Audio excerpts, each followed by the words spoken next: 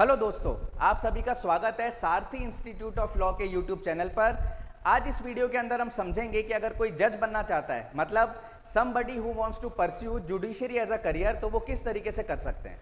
तो देखिए, कई बार क्या होता है, कुछ लोग बहुत अर्ली एज में डिसाइड कर लेते हैं कि उन्हें जज बनना है या जुडिशरी में जाना है। ऐसा अमूमन क्यों होता है? क्योंकि उनका कोई ना कोई लीगल बैकग्राउंड होता है, मतलब या तो उनके पेरेंट्स जजेस हो सकते हैं या फिर एडवोकेसी के अंदर हो सकते हैं। कई बार स्टूडेंट्स डिसाइड करते हैं 12th करने के बाद कि लॉ एज अ करियर उन्हें परस्यू करना है, और कई बार ये डिसीजन उनका ग्रेजुएशन के बाद भी होता है। तो क्या असेंशियल क्वालिफिकेशंस चाहिए इस एग्जाम के अंदर अपीयर होने के लिए, क्या इसका पैटर्न रहता है, किस तरीके से आप इसकी तैयारी कर सकते हैं, ये हम इस वीडियो के अंदर आज समझने की कोशिश करेंगे। तो चलिए, सबसे पहले मैं बात करूं असेंशियल क्वालिफिकेशंस की। तो अगर आपको जुडिशरी के एग्जाम में अपीयर होना है तो सबसे पहली आपकी असेंशियल क्वालिफिकेशन है कि आपके पास एलएलबी की डिग्री होनी चाहिए। अब वो एलएलबी की डिग्री आपकी या तो 5 ईयर वाली डिग्री भी हो सकती है या 3 ईयर वाली भी डिग्री हो सकती है। अब इसमें क्या डिफरेंस होता है, तो देखिए 12th के बाद जब आप कॉलेज में जाते हैं तो ये 5 ईयर इंटीग्रेटेड कोर्स के अंदर आप एडमिशन लेते हैं। इसके अंदर आपको 5 साल के अंदर एलएलबी की डिग्री के साथ साथ एक ग्रेजुएशन की डिग्री भी मिलती है। वो बीए, बीएससी, बीए एलएलबी जो भी आप ऑप्ट करते हैं वो हो सकती है। और जो 3 ईयर एलएलबी होती है ये आप ग्रेजुएशन करने के बाद करते हैं, मतलब आप 3 साल 4 साल की ग्रेजुएशन कर लेते हैं कंप्लीट, उसके बाद आप 3 ईयर की एलएलबी करते हैं। Apart from that age criteria क्या होता है, तो देखिए हर स्टेट का जो नोटिफिकेशन आता है जुडिशरी का उसका अलग अलग क्राइटेरिया रहता है, पर जो ज्यादातर फॉलो करा जाता है एज क्राइटेरिया वो होता है आपका minimum 21 years and maximum 35 years. Rajasthan के अंदर ये 35 की जगह 40 ईयर्स है। इसका मतलब आपके पास एलएलबी की डिग्री होनी चाहिए, वेदर 5 ईयर और 3 ईयर डिग्री, और आपकी मिनिमम एज 21 और मैक्सिमम आपकी 35 या 40 जो भी गिवन है आपकी नोटिफिकेशन में एज पर द स्टेट, वो होनी चाहिए। अब इस एज के अंदर कैटेगरी के हिसाब से स्टूडेंट्स को एज रिलैक्सेशन भी मिलता है, या फिर अगर आप फिजिकली डिसेबल्ड हैं तो उसके हिसाब से भी आपको एज रिलैक्सेशन देखने को मिल सकता है। अब मिनिमम मार्क्स इन ग्रेजुएशन, तो ज्यादातर जुडिशरी के अंदर ऐसा क्राइटेरिया नहीं होता, लेकिन कई बार क्राइटेरिया दिया हुआ होता है। तो इसके अंदर आपके जनरली 50 to 55%, 50%, 55% इतना आपका मिनिमम क्वालिफिकेशन यानी मिनिमम मार्क्स आपके ग्रेजुएशन में होने चाहिए, ऐसा कई बार नोटिफिकेशन के अंदर क्राइटेरिया दिया हुआ होता है। अगेन इसके अंदर भी as per the category of students या फिर जो फिजिकली डिसेबल्ड हैं उनके लिए कुछ ना कुछ रिलैक्सेशन जरूर होता है। आगे चलें तो हम बात करते हैं, आप रिसेंटली न्यूज में बहुत सुन रहे होंगे असेंशियल प्रैक्टिस एक्सपीरियंस के बारे में। ऑनरेबल सुप्रीम कोर्ट ने ऑल इंडिया जजेस association versus union of India के जजमेंट के अंदर 3 year practice experience as an advocate अब मैंडेटरी कर दिया। इसका मतलब आप ग्रेजुएशन करो, एलएलबी की डिग्री लो, उसके बाद एज एन एडवोकेट आपको 3 साल कोर्ट में प्रैक्टिस करनी है। इस जजमेंट के ऊपर भी रिव्यू पिटीशन अभी लगाई गई है, देखते हैं इसका क्या डिसीजन रहता है।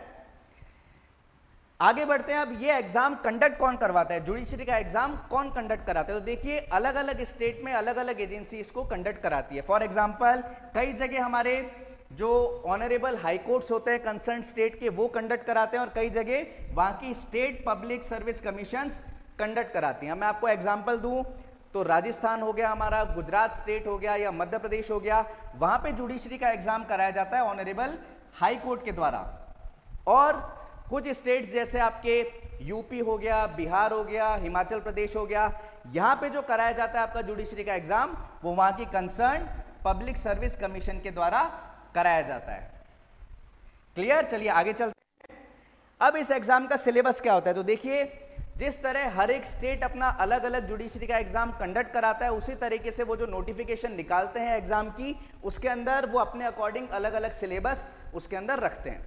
तो कई जगह जैसे आरजेएस का एग्जांपल मैं लूं अगर, तो वहां आपको लॉ के सब्जेक्ट्स देखने को मिलते हैं और लॉ के साथ आपको लैंग्वेज देखने को मिलती है। इसी तरीके से अगर आप दिल्ली का एग्जाम देखोगे तो वहां पे लॉ लैंग्वेज के साथ आपको जनरल नॉलेज, करंट अफेयर्स, ये भी सिलेबस में देखने मिलेगा।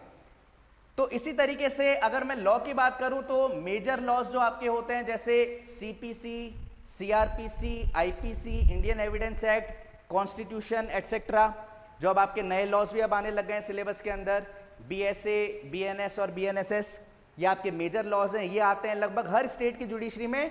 मेजर लॉज तो आपके आते ही आते हैं।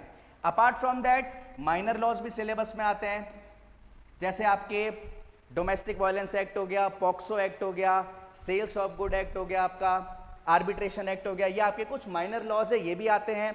और कुछ लोकल लॉज, मतलब उस पर्टिकुलर स्टेट कंसर्न के जो लोकल लॉज हैं, जैसे मैं राजस्थान का एग्जांपल लूं तो इस बार आपके जैसे Rajasthan court fees and suit valuation act ये सिलेबस में डाला गया है, राजस्थान लैंड रेवेन्यू एक्ट डाला गया है, और राजस्थान रेंट कंट्रोल एक्ट तो पहले से ही आपके चला आ रहा है आरजेएस के अंदर।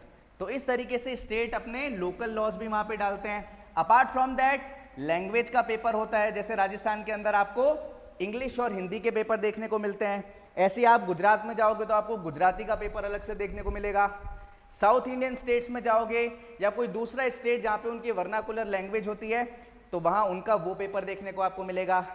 इसके अलावा कई स्टेट्स अपने सिलेबस के अंदर जनरल नॉलेज का पेपर भी करवाते हैं, जैसे दिल्ली हो गया, या फिर आपके जो पंजाब और हरियाणा करवाते हैं वो भी जनरल नॉलेज के क्वेश्चंस पूछते हैं। तो इस तरीके से अलग अलग स्टेट में उनके हिसाब से अलग अलग सिलेबस और उसका पैटर्न रहता है। चलिए आगे हम चलते हैं। बेसिकली आपके एग्जाम का प्रोसेस क्या रहता है, तो देखिए लगभग सारे स्टेट के अंदर यही प्रोसेस फॉलो होता है। यानी सबसे पहले आपका प्रीलिम्स होता है जिसमें आपका स्क्रूटनी करी जाती है, फिर आपका मेंस का एग्जाम होता है और इसके बाद आपका इंटरव्यू होता है। ये 3 स्टेज के अंदर आपका एग्जाम कंडक्ट करवाया जाता है जुडिशरी का। प्रीलिम्स आपका बेसिकली एमसीक्यू बेस्ड होता है। इसके अंदर कई स्टेट्स नेगेटिव मार्किंग भी रखते हैं, जैसे दिल्ली, गुजरात, इनके अंदर नेगेटिव मार्किंग है। आप गलत करोगे तो आपके माइनस में जाएगा स्कोर, आपको कटेंगे नंबर माइनस के अंदर। और कुछ स्टेट्स इसके अंदर नेगेटिव मार्किंग नहीं भी रखते, जैसे राजस्थान है, इसमें आप गलत भी मार्क करोगे तो आपका नेगेटिव नहीं जाएगा। क्लियर? इसके अंदर आपको एक पर्टिकुलर कट ऑफ क्लियर करनी पड़ती है प्रीलिम्स के अंदर, जो नंबर ऑफ सीट्स और नंबर ऑफ कैंडिडेट्स अपीयरिंग, इसके हिसाब से हर बार अलग अलग कट ऑफ जाती है। कट ऑफ क्लियर अगर आप कर लेते हो तो फिर आप बैठते हो मेंस एग्जाम के लिए। ये मेंस एग्जाम आपका डिस्क्रिप्टिव एग्जाम होता है। प्रीलिम्स के कहीं पे भी आपके नंबर ऐड नहीं होते। मेन जो आपकी मेरिट लिस्ट बनती है उसमें नंबर ऐड होते हैं आपके मेंस एग्जामिनेशन के। तो मेंस के अंदर पूरा डिस्क्रिप्टिव आपको लिखना पड़ता है। हर स्टेट का अपने हिसाब से अलग अलग सिलेबस होता है, जैसे मैंने आपको पिछली स्लाइड में बताया।